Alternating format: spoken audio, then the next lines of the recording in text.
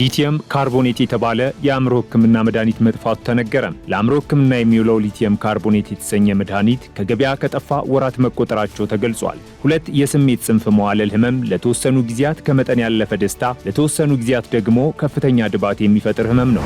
እስራኤል ከሶሪያ መዲና ደማስቆ በ103 ኪሎ ሜትሮች ብቻ በሚርቀው የዴራ ግዛት በፈጸመችው የአየር ድብደባ በግዛቲቱ ሁለት ከተሞች የሚገኙ ወታደራዊ ስፍራዎችን መታለች ሲል አናዶሉ ዘግቧል። 3 ዓመታትን የፈጀው የበርካታ ሰዎችን ህይወት የቀጠፈው ምናልባትም በቅርብ 10 ዓመታት የአውሮፓ ምድር ካስተናገዳቸው ጦርነቶች የከፋው የሩሲያና ዩክሬን ጦርነት እንዲቋጭ ዩክሬን የመጀመሪያውን እርምጃ ተራምዳለች። ህግ አውጪው ያክስትን ወይም ያጎት ልጅ ማግባት የተመለከተውን ህግ መክሮ ዘክሮ በነጋሪት ጋዜጣ እንዲታተም ያደርገውን ህግ ትክክል አይደለም፣ የማህበረሰቡን ባህልና ወግ አይወክልም ለማለት ፈራተባ ማለት አስፈላጊ አይደለም። ይልቁንም የሚመለከተው አካል የባህልና የወግ ባለቤት የሆነው ህዝብ እንዲያውቀው በማድረግና ለምን ብሎ እንዲጠይቅ ማስቻል የሚዲያ ስራ ነው። ሰላም ለእናንተ የሆኑ የተወደዳችሁ ተመልካቾቻችን፣ እነሆ ሰዓቱ ደርሶ ሀገሬ ዜና ተጀምሯል። በዛሬው የዜና ሰዓታችን ከሀገር ውስጥ እንዲሁም ከውጭ በርከት ያሉ መረጃዎችን ይዘን ቀርበናል። ሱባሎ ጋሻው ደግሞ ዜናዎችን በማቅረብ በኩል አብሬያችሁ ቆይታ አደርጋለሁ። እስከ ዜናችን ፍጻሜ ድረስ አብራችሁ እንድትቆዩ አክብሮታዊ ግብዣችን ነው። ቀዳሚ ወደምናደርገው ዜና እናልፋለን። በሀገር አቀፍ ደረጃ የአይን ብሌን ንቅለ ተከላ የሚያደርጉ የሕክምና ባለሙያዎች ቁጥር ዝቅተኛ ነው ተባለ። ህብረተሰቡ ስለ አይን ብሌን ንቅለ ተከላ ያለው ግንዛቤ አናሳ መሆኑ ስራውን ፈታኝ እንዳደረገውም ተጠቁሟል። ናርዶስ ታምራት ተጨማሪውን አዘጋጅታለች። የኢትዮጵያ የአይን ባንክ ላለፉት 21 ዓመታት የአይን ብሌን ንቅለ ተከላ አገልግሎት እየሰጠ የቀጠለና እድገት እያሳየ የመጣ ቢሆንም አሁንም ያልተሻገራቸው ተግዳሮቶች አሉበት። ከዚህ ውስጥ ማህበረሰቡ ስለ ስራው ያለው ግንዛቤ ዝቅተኛ በመሆኑ ምክንያት በሚፈለገው ልክ ስራው እንዳይሰራ ማድረጉ ይነሳል። ሀገሬ ቴሌቪዥንም ባደረገው ምልከታ ይህንን ተረድቶታል። በአዲስ አበባ ከተማ ተዘዋውረን የጠየቅናቸው ነዋሪዎች ስለ አይን ብሌን ልገሳ ውስን እውቀት እንዳላቸው ተናግረዋል። ሲባል ሰምቼ አውቃለሁ። አይን ባንክም እንዳለ አውቃለሁ።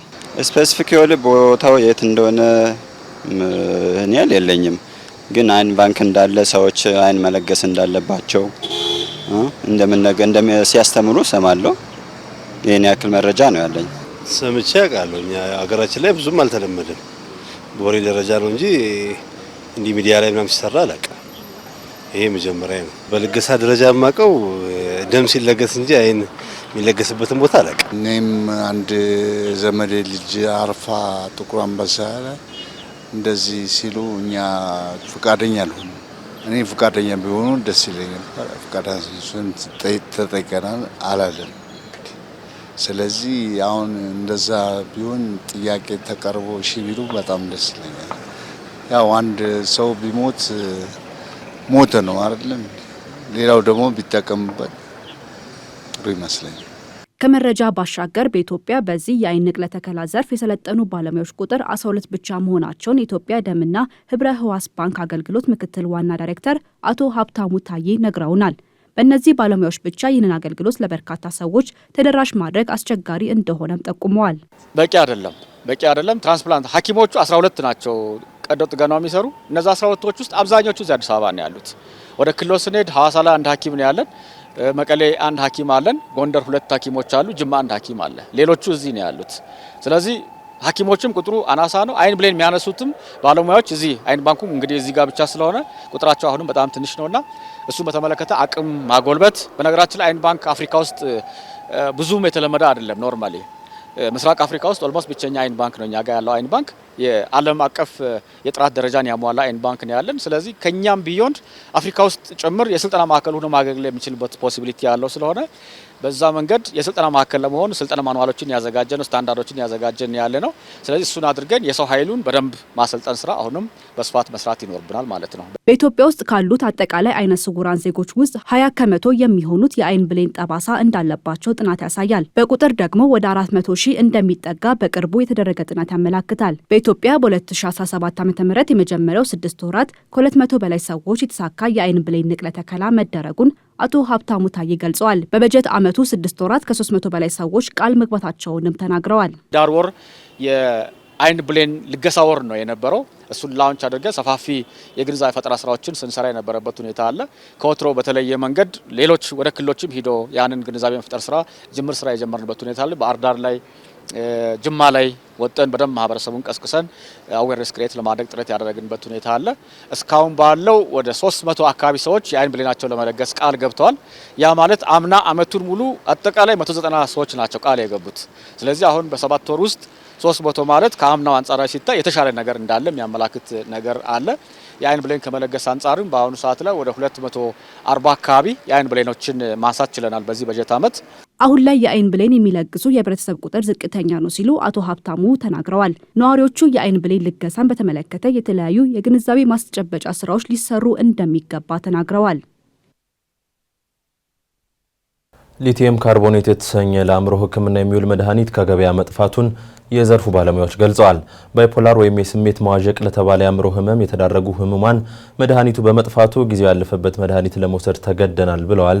ዳግም ተገኝ ሊቲየም ካርቦኔት የተባለ የአእምሮ ህክምና መድኃኒት መጥፋቱ ተነገረ። ለአእምሮ ህክምና የሚውለው ሊቲየም ካርቦኔት የተሰኘ መድኃኒት ከገበያ ከጠፋ ወራት መቆጠራቸው ተገልጿል። ሁለት የስሜት ጽንፍ መዋለል ህመም ለተወሰኑ ጊዜያት ከመጠን ያለፈ ደስታ፣ ለተወሰኑ ጊዜያት ደግሞ ከፍተኛ ድባት የሚፈጥር ህመም ነው። ይህንን ህመም ለማከም ከሚረዱ መድኃኒቶች መካከል አንዱ ሊቲየም ካርቦኔት ነው። መድኃኒቱ ስሜት እንዳይዋዥቅ የሚያደርግና ከዚህ ህመም ጋር ለሚታገሉ ሰዎች ወሳኝ ሚና እንዳለው የህክምና ባለሙያዎች ያነሳሉ። ከሀገሬ ቴሌቪዥን ጋር ቆይታ ያደረጉት የአእምሮ ህክምና አገልግሎት ተጠቃሚዎች ማህበር ፕሬዝዳንት እሌኒ ምስጋናው መድኃኒቱ መጥፋቱን የሚገልጽ ደብዳቤ ብንጽፍም ታገሱ የሚል ምላሽ ብቻ እያገኙ መሆኑን ነግረውናል። የመድኃኒቱ መጥፋት ጊዜው ያለፈበትን መድኃኒት ለመውሰድ መገደዳቸውን ተናግረዋል። መድኃኒቱ ወደ ሀገር ውስጥ ቢገባም መድኃኒቶችን በጤና መድን ካርድ ለመግዛት የህዝብ ፋርማሲ አለመሸጡ ተግዳሮት እንደሆነባቸውና ይህም የመድኃኒቱ ዋጋ እንዲንርም አድርጎታል ብለዋል። ፕሬዝዳንቱ አክለውም የመድኃኒቱ በአፋጣኝ ግዢ ካልተፈጸመ የብዙዎች ቤተሰብ የሚበትን እንዲሁም የጤና ሁኔታን የሚያባብስ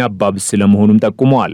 የአእምሮ ህክምና መድኃኒቶች በጣም አሳሳቢ ሁኔታ ላይ ናቸው ያሉት። የሚገርምህ በተለይ ሊቲየም ካርቦናት የሚባለው መድኃኒት ኤክስፓየር አድርጎ በአገር ደረጃ ሌላ ዙር ባለመግባቱ ምክንያት ከፍተኛ የጤና መቃወስ አጋጥሟቸዋል። ሆስፒታላይዝድ የሆኑ አሉ፣ ስቲል ሆስፒታል የተኙ አሉ።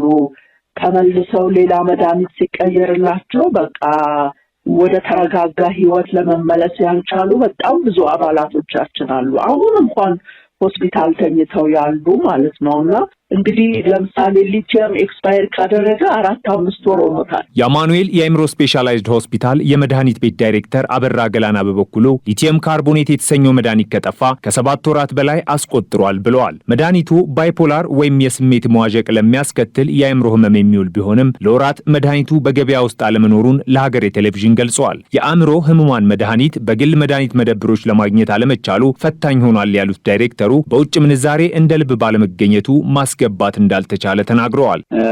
የለም ያው ከዚህ ከመንግስት መድኃኒት አቅራቢ ነበር የምናገኘው። በሌላ እንዲህ በግል እንኳን አማራጭ እንዲህ የምታገኛቸው መድኃኒት ዝርዝር ውስጥ አይደለም።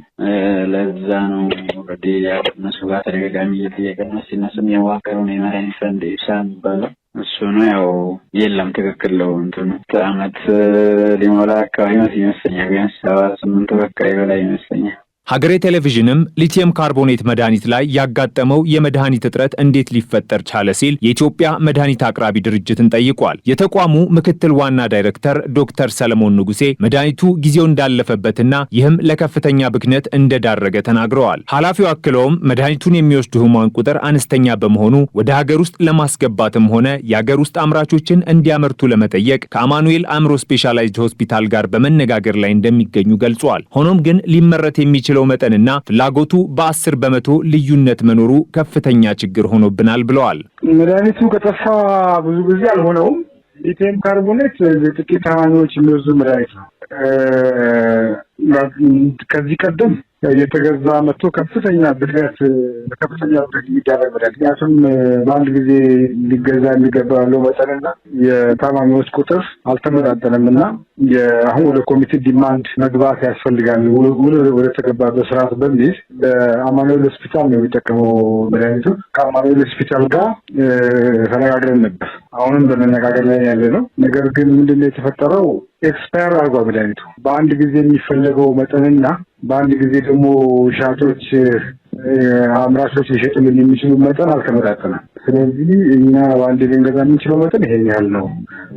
እናንተም ሰዎችን አሳውቁ በሚል ተነጋግረን ከሆስፒታሉ ጋር ሆስፒታሉ የፈለገው መጠን ትንሽ መነጋገር ይፈልጋል። ባይፖላር ወይም የስሜት መዋዠቅ ተብሎ የሚጠራው የአእምሮ ህመም አይነቱ እንደ ጽኑ ህመም የሚታይ ከመሆኑም በላይ በማህበራቸው ውስጥ የሚገኙ ህሙማን 75 በመቶ የሚሆኑት ሊቲየም ካርቦኔት የተባለውን መድኃኒት የሚወስዱ ናቸው ሲሉ የአእምሮ ሕክምና አገልግሎት ተጠቃሚዎች ማህበር ፕሬዝዳንት እሌኒ ምስጋናው ተናግረዋል። የመድኃኒት አቅርቦቱ ለአንድ ሰውም ቢሆን መንግስት የማቅረብ ኃላፊነት አለበትም ብለዋል። ቁጥር ትንሽ ነው አይባልም። ለምን አንድ ሰው አይሆንም? መንግስት ኃላፊነት አለበት ብዬ ማምነው። ምክንያቱም በቀላሉ መድኃኒቱን በመውሰድ የተረጋጋ ኑሮ መኖርና አምራች ዜጋ መሆን የሚችል ግለሰብ በዚህ ምክንያት ሲሰናከል በጣም ከባድ ነው።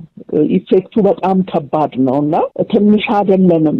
የባይፖላር ታማሚዎች ትንሽ አይደለንም። በርደኑን ስታየው ከስኪዞፍሬኒያ ቀጥሎ ያለው የባይፖላር ታማሚ ነው በሀገሪቱ ላይ የሚበዛው ማለት ነው። ፕሬዝዳንቱ አክለውም ከአእምሮ ህሙማን ጋር ተያይዞ ያለው አመለካከት አሉታዊ መሆኑን የሚያሳይ ከመሆኑም ባሻገር አመለካከቱ ያለው በግለሰብ ደረጃ ብቻ ሳይሆን እንደ ተቋምም ነው። ይህም የአእምሮ ህሙማን የሚደረግላቸውን አናሳ እንክብካቤና ክትትል ያሳያልም ብለዋል። እስራኤል በሶሪያ ደቡባዊ ግዛት በሚገኙ ወታደራዊ ስፍራዎች ላይ ዳግም የአየር ድብደባ አካሂዳለች። ሀገሪቱ የበሽር አልአሳድ መንግስት ከስልጣን ከተወገደ በኋላ በሶሪያ ግዛት በመቶዎች የሚቆጠሩ የአየር ድብደባዎችን አድርጋለች። የጎላን ኮረብታዎችን ማስጠበቅ እንዲሁም ስጋት የሆኑ ታጣቂ ቡድኖችን ማዳከም ከእስራኤል ጥቃቶች ጀርባ ያሉ ዋነኛ ምክንያቶች ስለመሆናቸውም ተነስቷል። ሙሴ ከበደ በዝርዝር ተመልክቶታል። እስራኤል ከሶሪያ መዲና ደማስቆ በ103 ኪሎ ሜትሮች ብቻ በሚርቀው የዴራ ግዛት በፈጸመችው የአየር ድብደባ በግዛቲቱ 2 ከተሞች የሚገኙ ወታደራዊ ስፍራዎችን መታለች ሲል አናዶሉ ዘግቧል። እስካሁን ምንም አይነት የጉዳት መጠን አልተመዘገበም ያለው የሶሪያ ሰብአዊ መብቶች ታዛቢ ቡድን የቀድሞው የአልአሳድ ጦር አሁንም የሚጠቀምበትን የጦር መሳሪያ ማከማቻ መጋዘኖች፣ የራዳር ስርዓቶች፣ ታንኮች እንዲሁም ተተኳሾችን ኢላማ ያደረጉ በአጠቃላይ 17 የአየር ጥቃቶች ተፈጽመዋል ሲል አስታውቋል። ባሳለፍነው ሳምንት በቀድሞው የበሽር አልአሳድ አስተዳደር ታማኝ ደጋፊዎችና በአዲሱ የሶሪያ ጊዜያዊ መንግስት ጦር ኃይል አባላት መካከል በተቀሰቀሰው ደም አፋሳሽ ግጭት ከ1000 በላይ ተዋጊዎችና ንጹሐን ሶሪያውያን ሕይወታቸው እንደተቀጠፈ ሲዘገብ ቆይቷል። በአህመድ አልሻራ ወይም አልጁላን የሚመራው የሶሪያ ጊዜያዊ መንግስት መከላከያ ሚኒስቴር በላታኪያና ታርተስ ግዛቶች የሚያካሂደውን ወታደራዊ ዘመቻ ማጠናቀቁንና ስጋት ሆኖብኛል ያላቸውን ታጣቂዎች መደምሰሱን ቢያስታውቅም በሶሪያ የተለያዩ ግዛቶች የሚንቀሳቀሱ ኃይሎችን የሚዘውግሩ የዓለም አያሌ መንግስታት እጃቸውን በጥልቀት መንከራቸው የሀገሪቱ ውስጣዊ ግጭት በቀላሉ አይቋጭም የሚለውን ግምት ያሰፋ ሆኗል። ከነዚህ ሀገራት መካከል ዋነኛዋ ደግሞ እስራኤል ናት።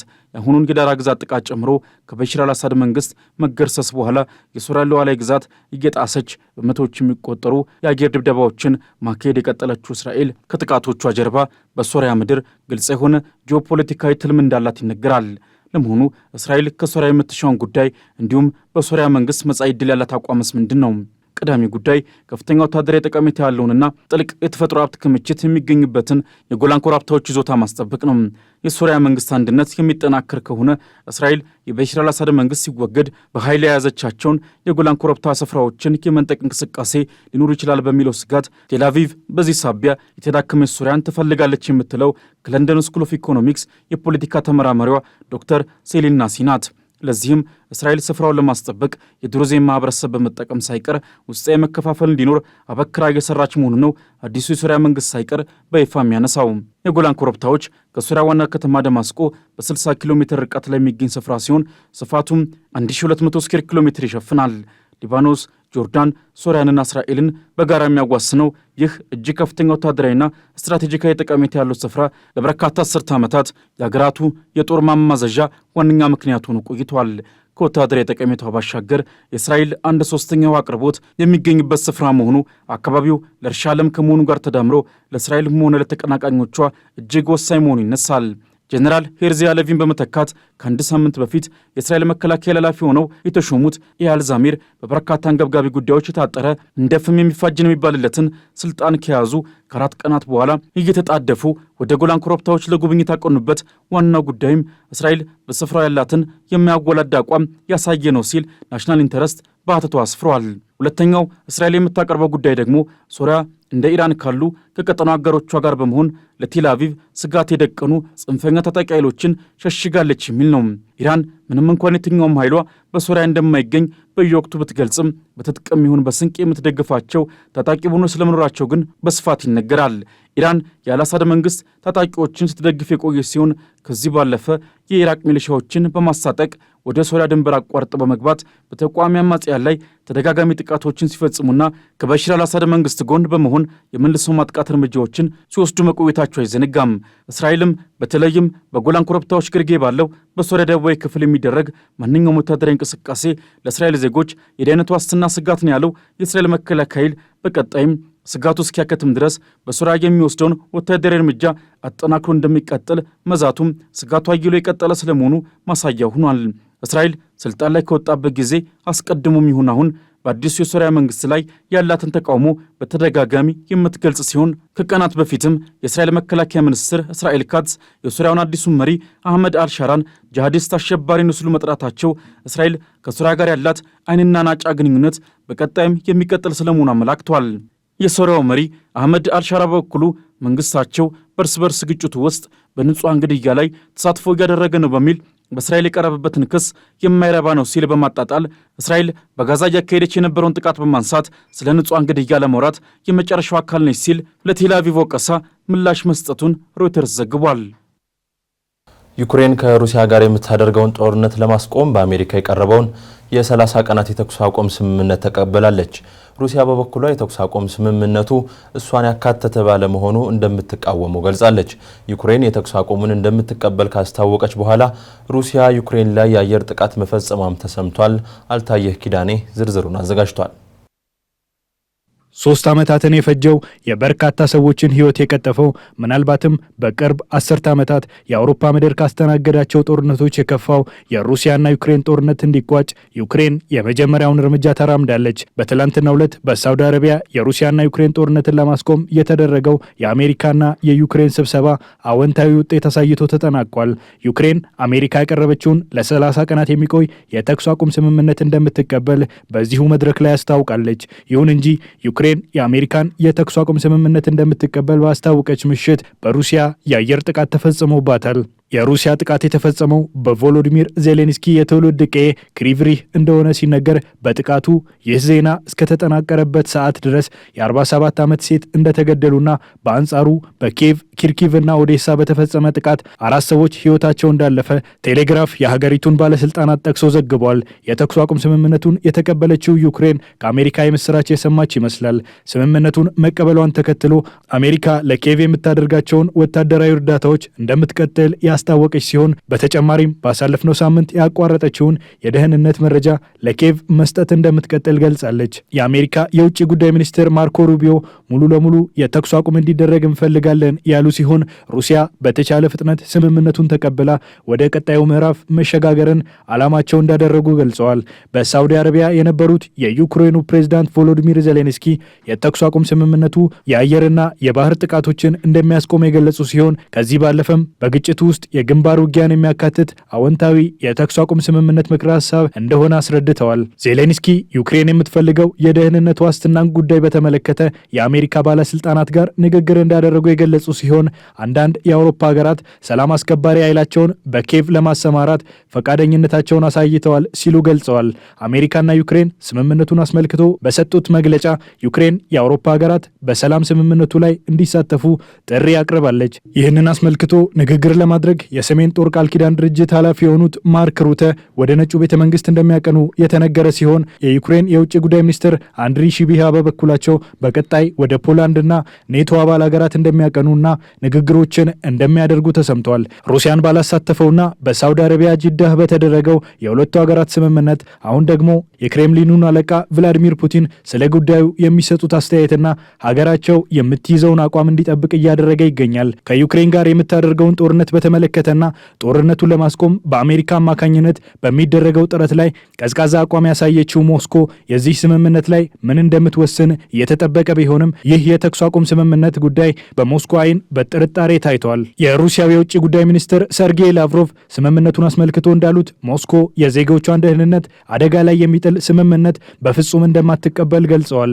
የተኩስ አቁም ስምምነቱ ዘላቂ መሆን አለበት ያሉት ላቭሮቭ የኔቶ ሰላም አስከባሪ ኃይል በዩክሬን እንዲሰማራ እንደማይፈቀድ ተናግረዋል። በሀገረ ሩሲያ ተጽዕኖ ፈጣሪ የህግ አውጪ ምክር ቤት አባል የሆኑት ኮንስታንቲን ኮስቼቭ የሚጽፉትም ይህንኑ ጉዳይ ነው።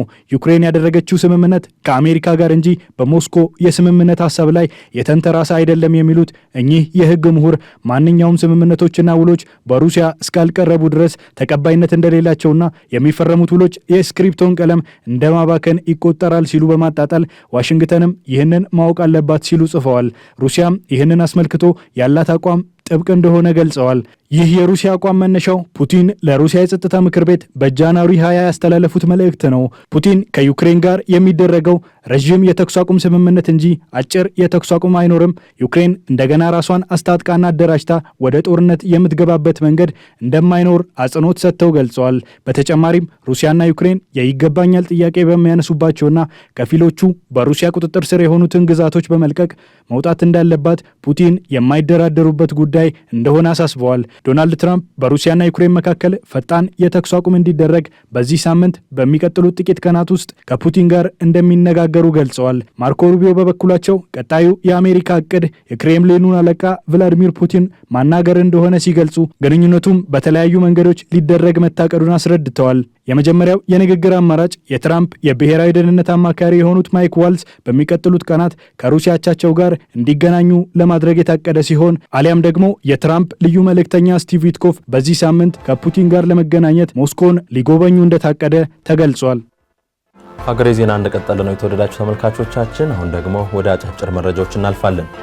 በከባድ አሽከርካሪዎች ላይ ተግባራዊ እየተደረገ ያለው ሕግ ፍትሐዊ አይደለም ሲል የኢትዮጵያ ከባድ መኪና አሽከርካሪዎች ማህበር ለሀገሬ ቴሌቪዥን ቅሬታውን አሰማ።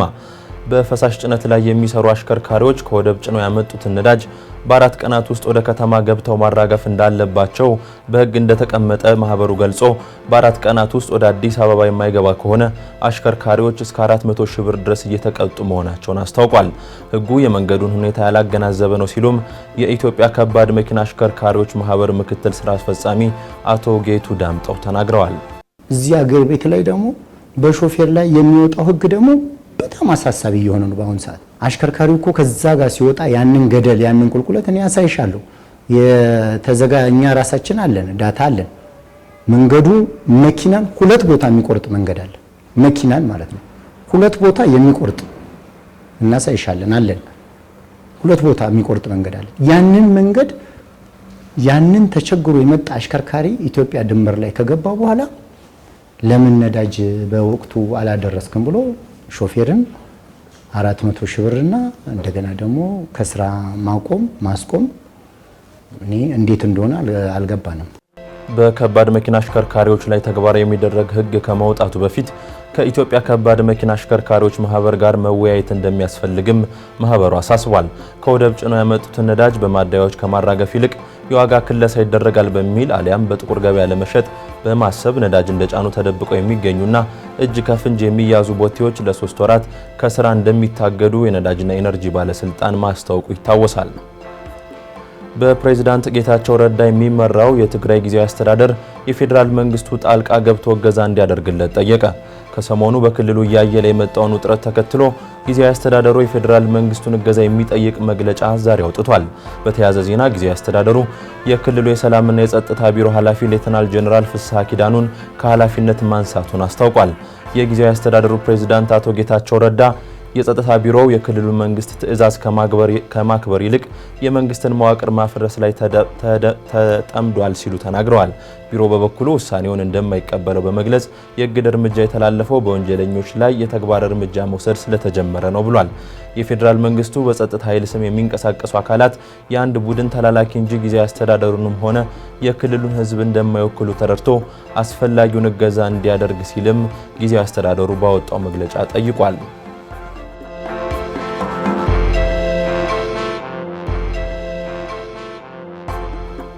የወደቦች አገልግሎትን የሚያግዙ መረጃዎችን የማደራጀት ስራ እየተሰራ እንደሚገኝ የኢትዮጵያ ስፔስ ሳይንስና ጂኦስፓሻል ኢንስቲትዩት ገልጿል። ኢንስቲትዩቱ ኢትዮጵያ እየተጠቀመችባቸው ያሉና በቀጣይ ለማግኘት ጥረት እየተደረገባቸው ያሉ ወደቦች ያሉበትን ሁኔታ የመከታተል ስራ እየሰራ እንደሚገኝ አስታውቋል። የትኞቹ ወደብ አማራጮች አዋጭ ናቸው የሚለውን የመለየት ስራ እንደሚሰራም በተቋሙ የውሃ አካላት መከታተል አገልግሎት ኃላፊው ተስፋዬ ዳኜ ለጣቢያችን ተናግረዋል። የውሃ አካላቱ ለየትኛው አይነት አገልግሎት መሆን እንደሚችሉና ለምን አይነት መርከቦች ምቹ ናቸው የሚለውን በተመለከተ ጥናቶችን በማካሄድ መረጃዎቹ ለሚያስፈልጋቸው ተቋማት እያቀረቡ እንደሚገኙም ገልጸዋል። የተጠየቀው የባህር በር ከተገኘ በኋላም መረጃዎችን እየተከታተሉ ማቅረብ የሚያስችሉ ዝግጅቶች በመደረግ ላይ ናቸው ሲሉ ገልጸዋል።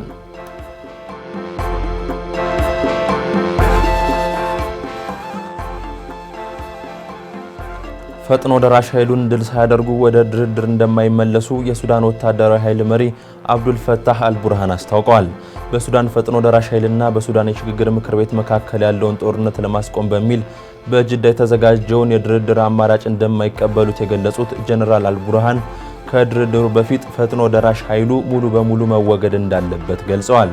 ይህንን አስመልክቶ በጀነራል ሐምዳን ደጋሎ ከሚመራው የሱዳን ፈጥኖ ደራሽ ሰራዊት በኩል የተባለ ነገር የለም። 2 ዓመታትን የተሻገረው የሱዳን ጦርነትን ለማስቆምና ሁለቱን አካላት ለማስማማት የተለያዩ ሀገራት ደጋግመው ጥረት ቢያደርጉም ሳይሳካላቸው ቀርቷል። ከ1.5 ሚሊዮን በላይ የሚሆኑ ሱዳናውያንም ኢትዮጵያን ጨምሮ ወደ ተለያዩ ሀገራት መሰደዳቸውን ሱዳን ትሪቡን ዘግቧል።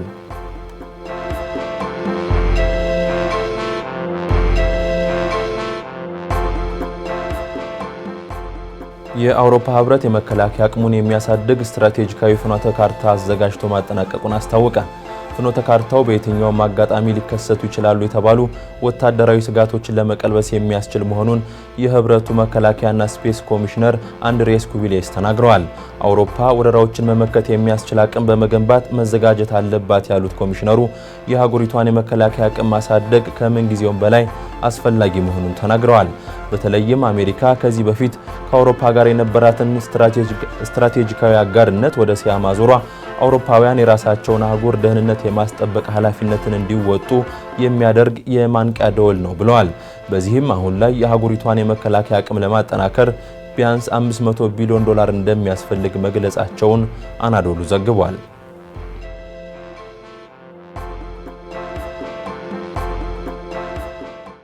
ባለቤትነቱ የኤለን መስክ የሆነው ቴስላ በአሜሪካና በሌሎች ዓለማት በርካታ አመጻ እያስተናገደ ነው። ለዚህም ኤለን መስክ በአሜሪካ ፖለቲካ ውስጥ እያደረጉት ያለው ተግባር ዋነኛ ምክንያት ሆኖ ተነስቷል። ዶናልድ ትራምፕ የተፈጠረውን አመጻ ለማርገብ ከኩባንያው ተሽከርካሪ እንደገዙም ተሰምቷል። አስናቅማናዬ ተጨማሪውን ይነግረናል።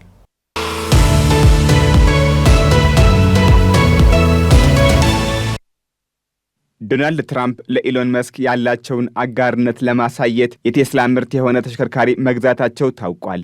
ፕሬዝዳንቱ የቴስላ መኪና ከኢሎን መስክ የገዙት ኩባንያው እየደረሰበት ያለውን አመጻ ለማርገብም ነው።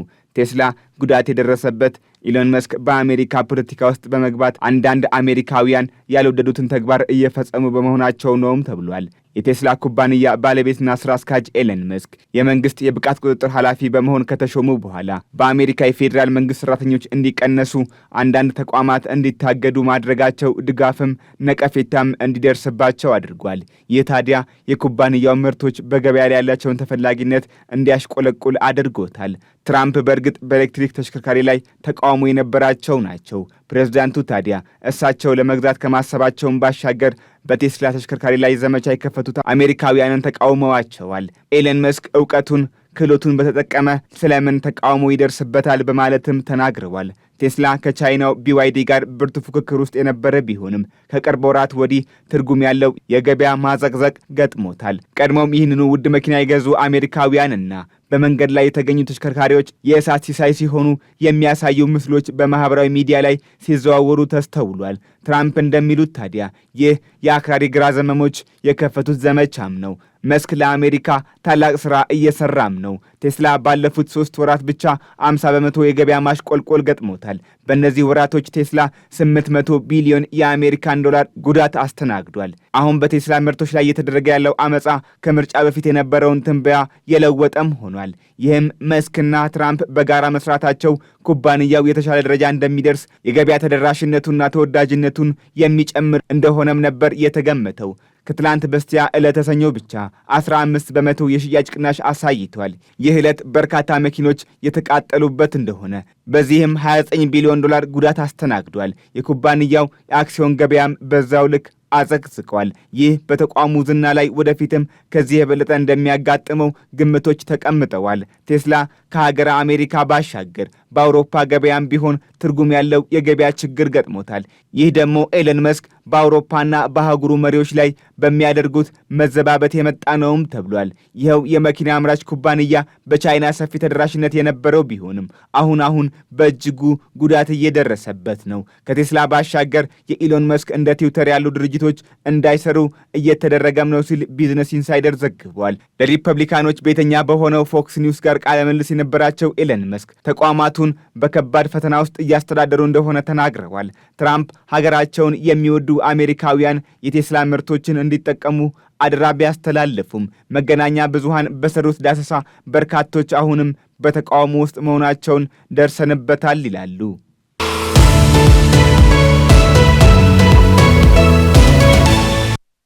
በሀገራችን ለዝምድና ያለን አመለካከት ከሌሎች ሀገራት የተለየ እንደሆነ ይነገራል።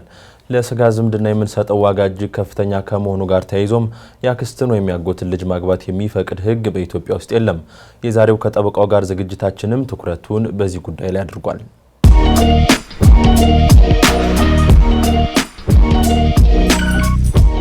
ጤና ይስጥልን። ጠበቃ እንዳርጌ ካሴ ነኝ። ሕግ ሲወጣ ድንጋጌ ሲቀረጽ የማህበረሰቡን ባህልና ወግ ሊያከብር ይገባል። ሕግ አውጪው የአክስትን ወይም ያጎት ልጅ ማግባት የተመለከተውን ሕግ መክሮ ዘክሮ በነጋሪት ጋዜጣ እንዲታተም ያደርገውን ሕግ ትክክል አይደለም፣ የማህበረሰቡን ባህልና ወግ አይወክልም ለማለት ፈራ ተባ ማለት አስፈላጊ አይደለም። ይልቁንም የሚመለከተው አካል የባህልና የወግ ባለቤት የሆነው ሕዝብ እንዲያውቀው በማድረግና ለምን ብሎ እንዲጠይቅ ማስቻል የሚዲያ ስራ ነው። ለስጋ ዝምድና የምንሰጠው ዋጋ እጅግ ከፍተኛ ከመሆኑ ጋር ተያይዞ የአክስትን ወይም ያጎት ልጅ ማግባት የሚፈቅድ ሕግ አለ የሚለውን ስትሰሙ የመርዶ ያክል ድንጋጤ ይሰማችሁ ይሆናል። ሕግ ሲወጣ ድንጋጌ ሲቀረጽ የማህበረሰቡን ባህልና ወግ እውቅና የሚሰጥ የሚጠብቅና የሚያከብር ሊሆን ሲገባ ሕጉ ከዚህ በተቃራኒው ከወጣ የማህበረሰቡን ውክልና የሌለው በተግባር የማይፈጸም ግዑዝ መሆኑ አይቀርም። ከበርካታው ኢትዮጵያውያን ማህበራዊ ሴት ባህልና ወግ ያፈነገጠ በተለይ ደግሞ ለስጋ ዝምድና ያለን ግምት እጅግ ከፍተኛ መሆኑን መነሻ በማድረግ የተሻሻለው የፌዴራል የቤተሰብ ሕግና የአማራ ክልል የቤተሰብ ሕግ የአክስትን ወይም ያጎት ልጅ ማግባት ይቻላል በሚል የቀሩትን ድንጋጌ ከመጽሐፍ ዓለም እንዲሰርዙት ግፊት ማድረግ ያስፈልጋል። በሌላ በኩል ደግሞ የአክስትን ወይም ያጎት ልጅ ማግባት እንደሚቻል የሚፈቅድ ባህልና ወግ ላላቸው የማህበረሰብ ክፍሎች ሕጉ በልዩ ሁኔታ ሊያስተናገዳቸው በተገባ ነበር። በ1952 ዓ.ም የወጣው የፍትሐብሔር ሕግ የጋብቻ ዝምድናን በሚመለከት እስከ 7 ትውልድ ድረስ መጋባት ክልክል መሆኑን ይደነግጋል። የጋብቻ ዝምድናን በተመለከተ ከፌዴራል መንግስቱ ጀምሮ ክልሎች የራሳቸውን የተሻሻለ የቤተሰብ ሕግ ሲያወጡ ተፈጻሚነቱ በአዲስ አበባና በድሬዳዋ ከተማ አስተዳደር አድርጎ በ1993 ዓ.ም ወጥቶ እስካሁን ድረስ ስራ ላይ ያለው የተሻሻለው የፌዴራል የቤተሰብ ሕግ አዋጅ ቁጥር 213 ዝባር 1993 የአክስትን ወይም ያጎት ልጅ ማግባት እንደሚቻል ድንጋጌ ይዞ ብቅ ካለ 24 ዓመቱን አስቆጥሯል። ነገሩ በአዲስ አበባና በድሬዳዋ ከተሞች ሳይወሰን በ1995 ዓ.ም ጀምሮ ስራ ላይ የዋለው የአማራ ክልል የቤተሰብ ሕግም የፌዴራሉን የቤተሰብ ሕግ እንደወረደ ተቀብሎ የአክስትን ወይም ያጎት ልጅ ማግባት ይቻላል ብሎ ሕግ አወጣ። በተቃራኒው የትግራይ ክልል በድሮ አጠራር የደቡብ ክልልና የኦሮሚያ ክልል እንኳንስ የአክስትን ወይም ያጎት ልጅ ለማግባት መፍቀድ ቀርቶ በ1952 ዓ.ም በፍትሐብሔር ሕጉ እስከ 7 ትውልድ ድረስ መጋባት የከለከለውን ሕግ እንደወረደ በመቀበል የህዝባቸውን ባህልና ወግ በሚገባ አክብረዋል። የማህበረሰቡን እሴት ጠብቀዋል፣ ተንከባክበዋልም። በመሆኑም ተፈጻሚነቱ በአዲስ አበባና በሌላው ከተማ ያደርገው የተሻሻለው የፌዴራል ቤተሰብ ሕግና የአማራ ክልል የቤተሰብ ሕግ የህዝባቸውን እሴት ባህልና ወግ የሚሽረውን የአክስትን ወይም ያጎት ልጅ ማግባት እንደሚቻል የሚፈቅደውን ሕግ በማሻሻል የትግራይን የደቡብና የኦሮሚያን በጎ አርአያ ሊከተሉ ይገባል። ምናልባትም የአክስትን ወይም ያጎት ልጅ ማግባት እንደ ባህል አድርጎ የሚቆጠረው የማህበረሰብ ክፍል ካለ በሚሻሻለው ሕግ በልዩ ሁኔታ ድንጋጌ በመቅረጽ ማስተናገድ ይቻላል። ጥናቶች እንደሚያመለክቱት እንኳንስ በአክስትና በአጎት ልጅ መካከል የተወለደ ልጅ ሩቅ በሚባል የዝምድና ደረጃ ባላቸው ተጋቢዎች መካከል የሚፈጠሩት ልጆች ጤናማ እንደማይሆኑ ያረጋግጣሉ። በአማራ ክልል የቤተሰብ ሕግ እንዲሁም ተፈጻሚነቱ በአዲስ አበባና በድሬዳዋ ከተማ የሆነው በተሻሻለው የፌዴራል ቤተሰብ ሕግ የአክስትን ወይም ያጎት ልጅ ማግባት እንደሚቻል የተቀረጸው ድንጋጌ ሊሰረዝ የሚገባውና በልዩ ሁኔታ የሚያስተናግድ ድንጋጌ ሊቀረጽ ይገባል። አመሰግናለሁ።